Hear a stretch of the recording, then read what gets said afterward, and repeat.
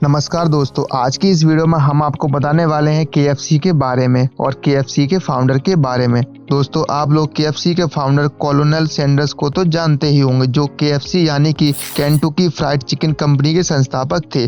आज हम इनके बारे में बात करेंगे, उन्होंने अपने जीवन में कितने संघर्ष किए हैं और इस सफलता तक कैसे आए हैं, ये सब के बारे में बात करेंगे आज की इस वीडियो में। तो दोस्तों, बने रहना वीडियो के एंड तक। चलिए शुरू करते हैं। कोलोनेल सैंडर्स का जन्म 9 सितंबर 1890 को हेनरीविले, इंडियाना, यूएस में हुआ था। ये कोई ऐसे धनी परिवार से नहीं थे और इन्होंने 6 साल की उम्र में अपने पिता को खो दिया था और इतनी छोटी उम्र में ही घर की सारी जिम्मेदारी इनके ऊपर आ गई थी। उनके पास बचपन में ही इतनी जिम्मेदारियां आ गई थी कि कोई करता भी तो क्या करता, और तो और इनके भाई बहन की जिम्मेदारी भी इन पर ही आ गई थी। जब ये छोटे से थे तो नौकरी भी भला कौन देता, जब इनकी माँ एक टमाटर की फैक्ट्री में काम किया करती थी। इन्हें 15 साल की छोटी सी उम्र में स्कूल भी छोड़ना पड़ा था और इन्होंने सिर्फ 7वीं तक ही पढ़ाई की थी। कुछ दिनों बाद इनकी मां ने दूसरी शादी कर ली तो कोलोनेल सैंडर्स जी ने घर ही छोड़ दिया। 17 साल तक आते आते 4 से भी ज्यादा नौकरियों से निकाले गए थे और 19 साल की उम्र में जोसेफी किंग से शादी कर ली। कुछ साल बस में कंडक्टर की नौकरी करने के बाद और फिर आर्मी में चले गए, पर अपनी फूटी किस्मत के चलते वे वहाँ से भी निकाले गए। कोलोनेल सैंडर्स जी ने कई प्रकार के बिजनेस में काम करने का सोचा, पर जो भी काम ये करना चाहते उनमें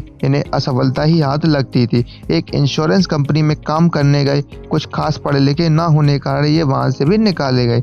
19 साल की उम्र में एक बच्चे के पिता भी बन गए थे। इनकी असफलता के चलते ये कुछ भी नहीं कर पा रहे थे। फिर इन्होंने रेलवे में मजदूरी भी की, पर वहां पर एक बड़ी लड़ाई हो जाने के कारण वहां से भी इनको निकल जाना पड़ा। फिर कोलोनेल सैंडर्स जी ने एक नाव बनाने का काम शुरू किया, पर उसमें भी घाटा होने के कारण वह काम भी उनने बंद कर दिया। कुछ साल बाद ऐसे ही कुछ भी नहीं करते थे तो इनकी पत्नी ने इन्हें डिवोर्स दे दिया था और अपने बच्चों को साथ में ले गई थी, जिससे यह बहुत डिप्रेशन में आ गए थे। फिर कुछ सालों बाद जब इनकी उम्र 40 की हो गई थी तो कोलोनेल सैंडर्स जी ने अपने चिकन फूड बेचने का सोचा और इन्होंने एक छोटी दुकान भी खोल ली जिसमें चिकन फूड बेचा करते थे, जो लोगों को बहुत पसंद आने लगे थे। पर 4 से 5 साल इसे चलाने के बाद एक झगड़े के कारण इसे बंद करना पड़ा। फिर कोलोनेल सैंडर्स जी ने एक स्टोर खोलने का सोचा और एक स्टोर फिर खोली, पर वर्ल्ड वार होने के कारण इसे भी बंद करना पड़ा। एक बार फिर ये रास्ते पर आ गए थे। इनके द्वारा बनाए गए चिकन के पकवान लोग खा तो चुके थे, पर किसी न किसी अन्य वजह के कारण उन लोगों को अपना चिकन बेच नहीं पा रहे थे।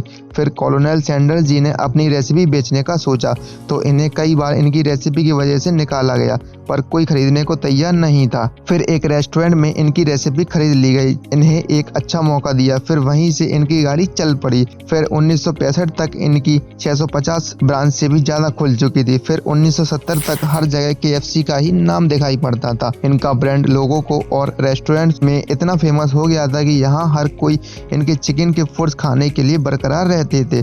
पर तभी से इन्हें ऐसी सफलता मिली, फिर ये कभी नहीं रुके और आगे बढ़ते ही गए और केएफसी रेस्टोरेंट की ऐसी बड़ी फूड चेन बना दी कि उसे तोड़ना कई गुना मुश्किल है। वो कहते हैं ना, भगवान के घर देर है पर अंधेर नहीं।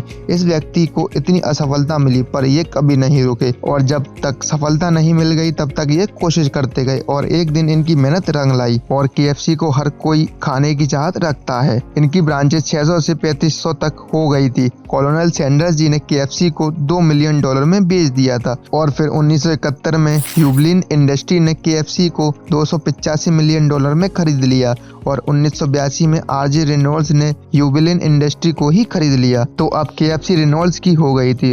रुको, लेकिन नहीं, फिर 1986 में पेप्सी ने 1840 मिलियन में खरीद लिया, पर केएफसी ने लोगों पर कोलोनेल सैंडर्स जी की फोटो से केएफसी की पहचान कोलोनेल से ही होती है। यह बहुत कम लोग ही जानते हैं कि पेप्सी के पास केएफसी ब्रांड है। जिंदगी के उतार चढ़ाव से अगर कोलोनेल सैंडर्स जी हार जाते तो क्या केएफसी की शुरुआत हो पाती?